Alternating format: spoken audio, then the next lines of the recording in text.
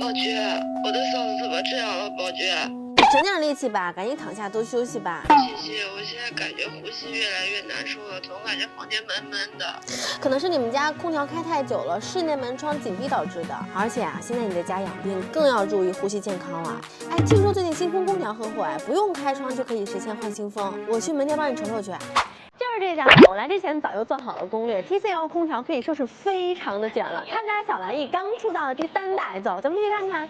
就是这台 TCL 新风空调小蓝逸第3代。根据我做的攻略，选购新风空调除了看新风量之外，这台空调吸引我的是它还能呼吸，能够达到双向换新风的效果。当室内空气质量差的时候，打开呼吸模式，先排后吸，引进新风，就是通过这个呼吸引擎将室内的污浊空气排放出去。每小时60立方米的大新风量和每小时30立方米的排风量，满足全家人的新风需求的同时，轻松打造富氧居家环境，室外空气质量差的情况也不用担心，直接开启净化模式，能够将室内空气污染物有效过滤。话不多说，咱们直接开始演示。打开新风演示道具，模拟室内浑浊气体产生。现在雾气足够浑浊了，我们打开空调，开启内循环模式。可以看到小蓝逸缓缓升起，然后关闭新风演示道具。你看，这个浑浊气体以肉眼可见的速度消失了，这样空气就被净化了。不仅如此，空气质量一目了然。内置的 TVOC 气体传感器可以实时检测多种有害气体，空气质量尽在掌握中。当滤芯的寿命低于20%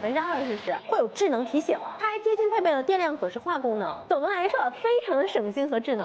安装方面呢，打孔孔或者是不用2次打墙孔，沿用家里空调的圆孔就可以，这就避免掉了给墙面造成不美观的操作。好了，赶紧下单一台给子倩。A few moments later. 喂，怎么样了？我已经替你下单了一台 TCL 新风空调小蓝逸第3代，我先替你体验一下科技满满的小蓝逸哦。真不愧是我的姐妹，速度可以的。那是当然啦。现在空调已经安装好了，让我们来看一下它的呼吸能力吧。首先用干冰将室内二氧化碳浓度升高，可以看到浓度为2000多，已经非常高了。现在开启呼吸模式。小蓝逸升起，此时引入室外富含氧气的新鲜空气，可以看到经过新风换气1小时后，现在二氧化碳浓度降到了400多，完全正常水平了。